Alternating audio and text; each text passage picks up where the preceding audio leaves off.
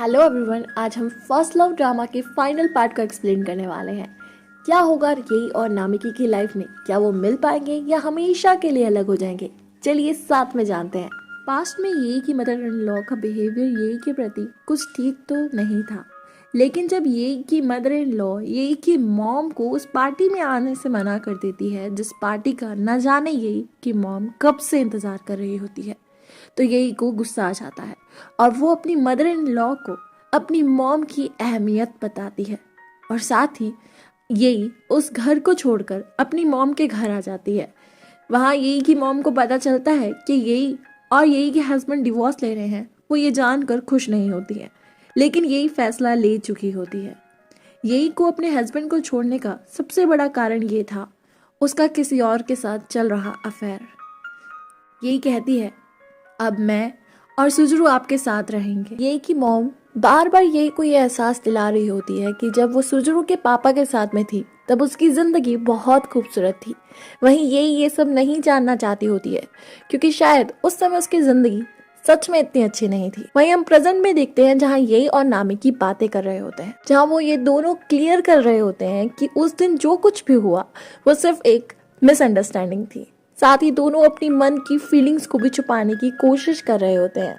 यही बहुत अच्छे से जानती होती है कि नामिकी की जिंदगी में कोई और है। यही नामिकी से उसके फियांसे के बारे में पूछती है। तब नामिकी अपने फियांसे की बहुत ही प्यार से तारीफ करते हुए बोलता है, हाँ वो बहुत अच्छी है। अब हम उस पल को देख पाते हैं जहाँ नामिकी अपनी गर्लफ्रेंड से पहली बार मिला था।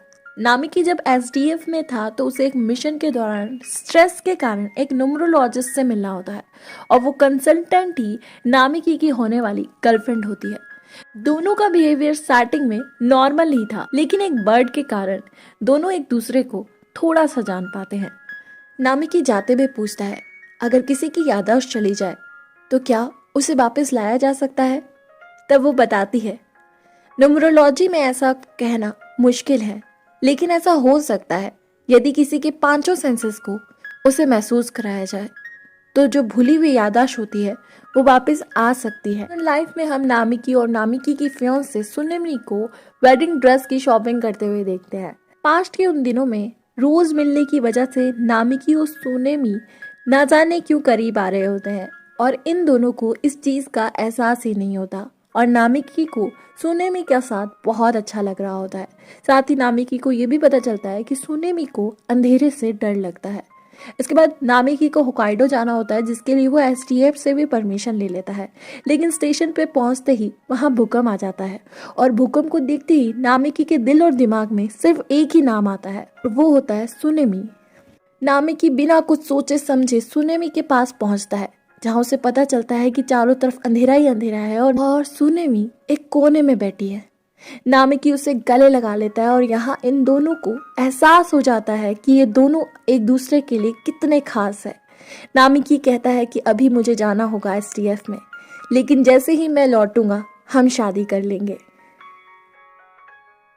उन्हीं दिनों में ये डिसाइड करती है कि उसे अब एक टैक्सी ड्राइवर बनना है, और साथ ही यही की मॉम ये सोच रही होती है कि नामिकी को यही से अलग कर क्या उन्होंने सही फैसला लिया। दूसरी तरफ हम सुनेमी को देखते हैं जो नामिकी के घर जाती है, जहां उसे पता चलता है यही के बारे में, और किस तरह याददाश्त के कारण यही और नामिकी एक दूसरे से अलग हो गए। प्रेजेंट लाइफ में यही को पसंद करने वाला ओटोरू फाइनली यही को प्रपोज कर देता है, जहां यही ओटोरू को ये कहकर मना कर देती है कि वो किसी और को पसंद करती है, जहां वो अब तक उसे बता ही नहीं पाई कि वो उसे पसंद करती है। जाने से पहले ओटोरू यही को कहता है, अपने जज्बातों को छुपाने की जरूरत नहीं है यही नौगोची, चाहे फिर तकलीफ का सामना हो या शर्मिंदगी महसूस हो, कुछ कदम जिंदगी में उठाने होते हैं। इन सारी बातों से यही को हिम्मत मिलती है, और वो फैसला करती है कि अब उसे क्या करना चाहिए। वहीं दूसरी तरफ हम सुजुरू को देखते हैं, जिसका मूड ठीक नहीं होता, क्योंकि उसे पता चल जाता है कि ऊटा का एक बॉयफ्रेंड है। नामिकी सुजुरू का मूड ठीक करने की कोशिश करता है और उसे अपने एक्सपीरियंस से समझाने की कोशिश करता है। प्रेजेंट लाइफ में नामिकी अपनी गर्लफ्रेंड से बात करना चाह रहा होता है कि अब वो उसे शादी नहीं कर पाएगा, लेकिन उसकी गर्लफ्रेंड सुनेमी न जाने क्यों उसे इग्नोर कर रही होती है, जैसे वो जानती होती है कि नामिकी उससे क्या बात करने वाला है। इसके बाद नामिकी सुनेमी को बताता है कि कोई है जिसे वो भुला नहीं पा रहा है, और साथ ही नामिकी सुनेमी से माफ़ी मांगता है। यहाँ नामिकी की गर्लफ्रेंड अपने आप को संभालने की कोशिश करती है, लेकिन वो टूट गई होती है। किसी शख्स का हमारी ज़िंदगी में ना होना और किसी शख्स का हमारी ज़िंदगी में दोबारा होना, दोनों ही चीज़ें हमारी ज़िंदगी को पूरी तरह बदल सकते हैं। दूसरी तरफ यही नामिकी को मिलने के लिए बुलाती है क्योंकि वो अपने दिल की बात उसे बताना चाहती होती है। वहीं दूसरी तरफ नामिकी पहुंचकर भी वो यही के पास नहीं जाता और उसे कॉल करके कहता है कि मैं तुमसे मिलने नहीं आ सकता आज। यही बोलती है कोई बात नहीं, हम फिर मिल लेंगे। नामिकी बताता है कि मैं इस कंट्री को छोड़कर जा रहा हूँ, मुझे एक अच्छी जॉब मिल गई है। ये सुनने और जानने के बाद कि अब वो नामिकी से कभी नहीं मिल पाएगी, यही अपने आप को रोक नहीं पाती और उससे बोलती है, मैं तुमसे कुछ कहना चाहती हूँ। मैंने तुमसे झूठ बोला था, असल में मैं तुम्हें बहुत पसंद करती हूँ। यहाँ यही इमोशनल हो जाती है और वहीं नामिकी जिसने पूरी जिंदगी लगा दी उस शख्स को ढूंढने के लिए जिसे वो बेइंतहा मोहब्बत करता है, लेकिन जब वो उससे मिली तब तक बहुत देर हो चुकी थी। नामिकी जाने की तैयारी कर रहा होता है और सुजुरु भी उसके साथ होता है। नामिकी अपना वो सामान जो वो यूज़ नहीं करता वो सुजुरु को दे रहा होता है। तभी सुजुरु की नज़र म्यूजिक एल्बम पे पड़ती है जो उस समय की है जब यही और नामिकी साथ में थे। सुजुरु को गाने का शौक होता है, इसलिए वो एल्बम ले लेता है। इसके बाद सुजुरु अपनी मॉम के घर जाता है जहाँ यही सुजुरु के लिए खाना बना रही होती है और सुजुरु म्यूजिक एल्बम को पुरानी टेप में डालकर ईयरफोन के साथ सुनने लगता है। खाना बनने के बाद यही सुजुरु को बुलाती है, पर कानों में ईयरफोन लेने के कारण सुजुरु को कुछ सुनाई नहीं देता। इसके बाद यही सुजुरु के पास जाती है। सुजुरु के पास पुरानी टेप को देखकर यही का मन करता है कि वो भी उस गाने को सुने। सुजुरु ईयरफोन के दूसरे हिस्से को यही को देता है। यही भी वहां बैठकर उस गाने को सुनने लगती है। यही उस गाने को बहुत ध्यान से सुन रही होती है। अभी अचानक से यही को उस गाने के जरिए हर एक याद आने लगती है जो वो भूल गई थी। मानो पांचों सेंसेस में से एक सेंसेस ने अपना कमाल दिखा दिया हो। यही को सारी बातें धीरे धीरे करके याद आने लगती है और वो अपने आंसू ही नहीं रोक पाती है। जहाँ वो बस नामिकी के प्यार को सिर्फ आज का प्यार समझ रही थी, असल में वो तो उसका पहला और सबसे खास प्यार होता है। तब याद आने के बाद में यही वहां जाती है जहाँ उसने अपनी जिंदगी के सबसे खास पलों को जिया होता है। साथ ही यही और नामिकी ने बहुत पहले एक टाइम कैप्सूल दबाया था। वहाँ पुरानी चीज़ों के साथ साथ यही को एक लेटर मिलता है जिसके बारे में यही को पहले नहीं पता था। दूसरी तरफ हम ऊटा और यही को देखते हैं जो मिलते हैं और साथ में काफ़ी मस्ती करते हैं और बातें भी। तभी यही को पता चलता है कि ऊटा जा रही है। इसके बाद हम सुजुरु को देखते हैं जो अपना म्यूजिक बना रहा होता है। तब ये सुजुरु को मैसेज करके बताती है कि ऊटा जा रही है। ये जानते ही सुजुरु भागकर अपनी मॉम के साथ में एयरपोर्ट जाने के लिए जाता है। दोनों बहुत ही स्पीड से जा रहे होते हैं लेकिन ट्रैफिक में फंस जाते हैं। इसके बाद में यही अपने टैक्सी ड्राइवर के एक्सपीरियंस के साथ साथ अपनी टीम के हेल्प से एयरपोर्ट पहुंचने में सफल हो जाती है और फाइनली ऊटा और सुजुरु मिल जाते हैं जहां सुजुरु बिना किसी हिचकिचाहट के ऊटा को अपने दिल की बात बता देता है और साथ ही उसे अपना म्यूजिक सुनाता है जो उसने अभी अभी ऊटा के लिए बनाया है। उस म्यूजिक को सुनते ही ऊटा इमोशनल हो जाती है। सुजुरु आगे बोल ही रहा होता है कि उससे पहले ही ऊटा सुजुरु को किस कर लेती है। यहाँ सुजुरु बहुत ज्यादा हैरान हो जाता है। इसके बाद में सुजुरु ऊटा से पूछता है कि तुम्हारा उस बॉयफ्रेंड का क्या हुआ? ऊटा बताती है कि उसने मेरे साथ धोखा कर दिया। साथ ही सुजुरु को ग्रीन चिट मिल जाती है कि अब ऊटा उसके साथ है।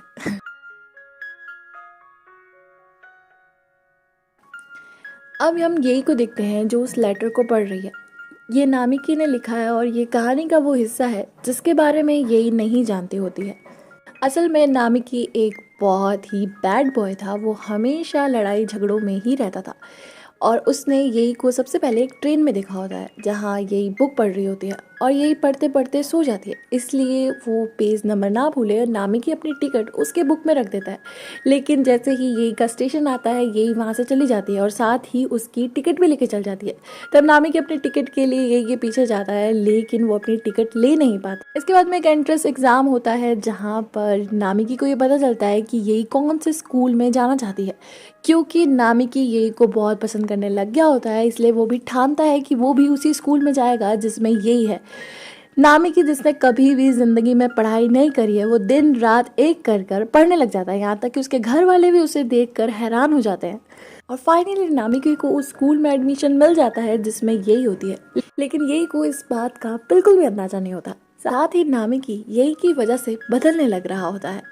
अब हम प्रेजेंट स्टोरी में आते हैं, जहाँ पर हम यही की भाग दौड़ वाली टैक्सी ड्राइवर वाली लाइफ देखते हैं। साथ ही यही को जब भी समय मिलता वो नामिकी को मैसेज जरूर करती, लेकिन वो कभी भी उसको सेंड नहीं करती, हमेशा ड्राफ्ट में रख लेती। दूसरी ओर जब यही को छुट्टी चाहिए होती है तो उसके ऑफिस वाले मना कर देते हैं। तब ओटोरू यही के साथ खड़ा हो जाता है और साथ ही पूरा स्टाफ खड़ा हो जाता है, जिस वजह से फाइनली यही को छुट्टी मिल जाती है। साल शुरू होता है 2019, जहाँ पर एंट्री होती है कोविड की, जहाँ सबको एक दूसरे से दूर रहना होता है और खुद का ध्यान रखना होता है। हम यही के जरिए टैक्सी ड्राइवर की लाइफ को भी देख पाते हैं। कस्टमर की सेफ्टी के साथ साथ खुद की सेफ्टी का भी ध्यान रखा जा रहा है। साथ ही यही सुजुरू से भी दूर से ही मिलती है। पूरे 3 साल बाद हम कहानी को देखते हैं। ये वक्त है प्रेजेंट स्टोरी 2022 पर हम एक बहुत ही फेमस स्टार का इंटरव्यू देख रहे होते हैं और ये स्टार होता है सुजुरू, जिसके करोड़ों फैन हैं। साथ ही सुजुरू के पापा भी ये समझ चुके होते हैं कि उनका बेटा अब बहुत बड़ा स्टार बन गया है। इसके बाद सुजुरू और ऊटा मिलते हैं और साथ ही ऊटा एक फोटो दिखाती है, जहाँ पर इनको पता चलता है नामिकी के बारे में। असल में नामिकी जहाँ गया होता है उसने उस जगह के बारे में नहीं बताया होता, तो इसलिए कोई भी नहीं जानता होता है कि नामिकी कौन सी कंट्री में गया है। लेकिन ऊटा के जरिए अब ये बात पता चल गई है। ये दोनों ये इस बात को यही को बताते हैं। साथ ही हम नामिकी की उस लाइफ को देख पाते हैं, जहां वो सब कुछ पीछे छोड़कर एक पायलट की जॉब कर रहा है। इसके बाद जैसे ही यही को ये बात पता चलती है, वो अपना सफ़र नामिकी की तरफ तय कर लेती है और जैसे तैसे यही फाइनली उस जगह पहुंचती है जहां नामिकी होता है। नामिकी अपने एरोप्लेन में जाना ही वाला होता है, तभी पीछे से यही आकर उसे आवाज़ लगाती है, जहाँ नामिकी पीछे मुड़कर देखता है और उसे यकीन ही नहीं होता कि यही इतनी दूर उसके सामने खड़ी है। दोनों ही चलकर आते हैं और एक दूसरे को गले लगा लेते हैं, जहाँ यही नामिकी को बता रही होती है कि उसे सब कुछ याद आ गया है। जानकर नामिकी बहुत खुश हो जाता है। आगे देखते हैं, जहाँ पर नामिकी अपनी जॉब एज अ पायलट कर रहा होता है, वहीं ये अपनी as a job air hostess कर रही होती है। दोनों ही अपनी ज़िंदगी में अब बहुत खुश है और फाइनली एक दूसरे से मिल चुके हैं। तो ये थी इस कहानी की एंडिंग। आई होप आपको ये स्टोरी पसंद आई हो। पहला प्यार सबके लिए बहुत खास होता है और अनमोल होता है। ये कहानी इस बात को बहुत अच्छे से बयां करती है। मिलते हैं नेक्स्ट वीडियो में। यहाँ तक सुनने के लिए शुक्रिया।